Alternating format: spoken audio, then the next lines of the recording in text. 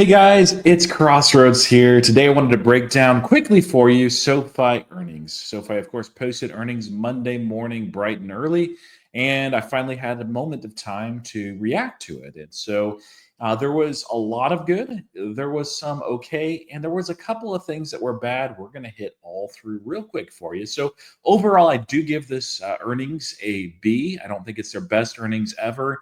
I don't think it's terrible. It's certainly not the end of the thesis. I'm still fully invested in SoFi. It's still my second largest position. There are, of course, some really good highlights and some lowlights as well. Let's get into it. So first, as far as top line numbers, my predictions of 5 cents EPS was right on the money, pun intended there. And that was a beat, which was great to see. Revenue came in with a colossal beat, something that we were not expecting. Even the most bullish of us on SoFi Weekly with $739.1 million, substantially ahead of where the street had it, and also myself. So that was really good to see. Some of that was due to the way that they decided to realize some of those previous tax losses.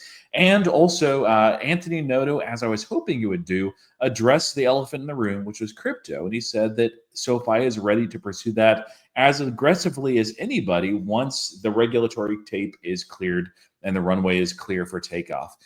There's still a few other things to do on that front. I have another video that's about that, and I'll try to link that in the description for you. We had more news on Galileo here than really any other time. They actually talked about several new clients that they have on the tech platform, which is really, really good to hear. I'm thankful for the extra transparency. And lastly, let's go into one other thing that's really good, the loan platform. They had $5 billion of securitization from Blue Owl. And so this is the third such deal that they've announced that's for 2 years. And it just seems like that they have a whole lot of demand for their loans. They ended up actually generating $63.2 million off $1.1 billion worth of loans that were sold. And it seems like that's expected to ramp up, especially if rate cuts continue. We'll see how that goes this year. But obviously, there's many buyers in the marketplace for loans that SoFi generates. They're obviously doing something that is differentiated, and we can contrast their results with that of Lending Club, and you can see clear acceleration in this brand new platform for SoFi. And I believe this will actually give them massive tailwinds, especially in their financial services sector, which is where this revenue is realized. Now, they also mentioned, and I thought this comment was interesting, that they consider just running all of their lending through the loan platform. One of the advantages of doing that, of course, is you have no capital constraints at all. You're just making money right off the top. They're not going to do that. But what it shows to me is that bear argument of fair value accounting and saying SoFi doesn't really know how to value your loans. You know how you can tell if they're valued well? Is to see the interest that other companies have in purchasing those loans from SoFi. And when you have multiple $5 billion agreements and another one that's a little bit smaller, all in a short bit of time, it tells me all I need to know about what the actual market thinks about SoFi's loans and their business. And boy, was that good news. Now, for the okay news, this was a miss in my mind. They had 754,000 net new members. Part of that is a little bit of seasonality as you come in near the end of the year. There's just fewer people that do sign up. There's a lot of banking holidays as well. But that is a little bit below our expectations. Still phenomenal numbers, so not much of a concern there. And as far as the bad, there were some bad things. Now, the first thing that was bad was guidance. And the way that they guided was under where the street actually expected them to be. So not only was it bad from my perspective as a SoFi bull, but it was also bad according to the street. Now, Anthony Noto did clarify later in an interview that part of the reason why they guided a little bit more cautiously is, I mean, they tend to be cautious anyway. I think they're being overly cautious, but it seemed like it was warranted last year when they were very, very cautious and expecting very few rate cuts, fewer than really anybody else. Well, they were right. So the other reason too is he mentioned that they wanted to really focus some of that on some new businesses and new execution as well. And so this is a short-term kind of pullback as far as the expectations of revenue and EPS for a long-term benefit. And as a long-term investor, I like that, even if in the short term, it's not necessarily pretty, although SoFi has recovered a good bit of what they lost on Monday as a result of this missing guidance. Now, let me show you this quote. This came just 2 months ago. This is SoFi on LinkedIn, and it said, our CEO, Anthony Noto, sat down with CNBC's, and he called it the strongest quarter in company's history. This is last quarter. And what's interesting about this is he had said this in a couple of different ways, but that we're excited about 2025. It's the best environment we've operated in. The future is bright. And he said that, a couple of different times. And it's interesting to say, that this is the best that they've had in the 7 years that Anthony Noto has been CEO there. And then you get guidance like what we saw here. So look over here in this bottom right section, you can see the assumptions. And this, by the way, tells you all you need to know about why they guided the way they did. Now, one other thing to note on the guidance before we really get into it, SoFi tends to guide very conservatively. As a result, they have triple beat after triple beat. This is just a double beat because they missed on guidance, but they always crush their revenue and EPS numbers. I expect that this will not be an exception. But their assumptions is that the interest rate outlook is consistent with the forward curve and just north of 1.5 rate cuts. Right now, the market is kind of thinking that there's going to be 2 rate cuts. I think that there could be 2 to 3. So if SoFi is being more conservative than the actual reality, there's a lot of upside there. They noted that GDP expansion would be 1 to 2%. Now, that's not a recession, but like they were predicting last year, but it's pretty bearish. That is the lowest GDP expectation that I've seen. I'm sure that there are probably some that are as low out there, but not many. They're on the low end of this as well. So like, if GDP is really bad and we get very few cuts, that's not the best environment after all. And of course, they also expect normalization of unemployment in the 5% range. Also very bearish. Now, this isn't as bearish as last year, but that is not good.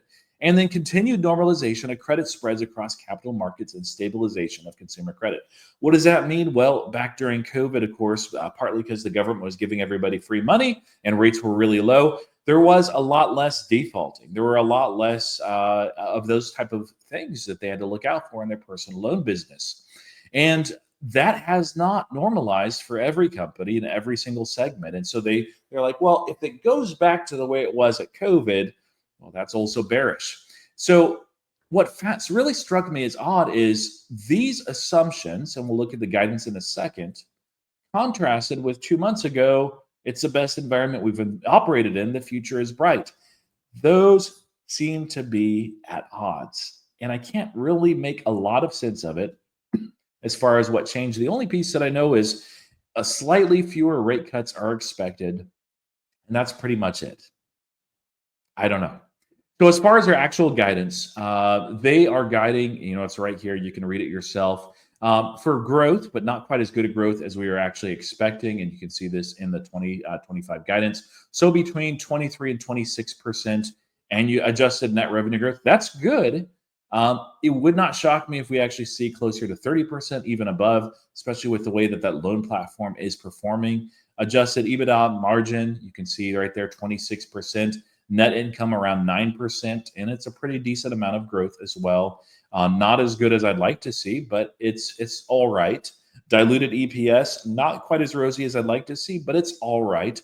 And tangible book value growth, that's also okay as well, but not quite as good as we were hoping.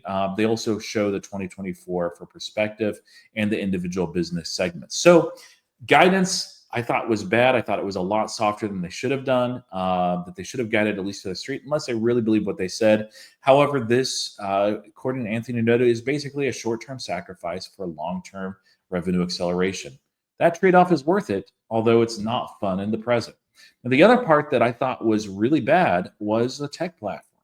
I've not been the most bullish on the tech platform for a while, but I have been thinking that we would see acceleration in this business. Now, up here are the accounts, and this is right here for 2024 on the annual basis. This is quarterly, and you can pull this up yourself. In fact, if you're a SoFi investor, I encourage you to. This is the revenue each quarter. And if you notice right here from quarter 3 to quarter 4, it's basically flat.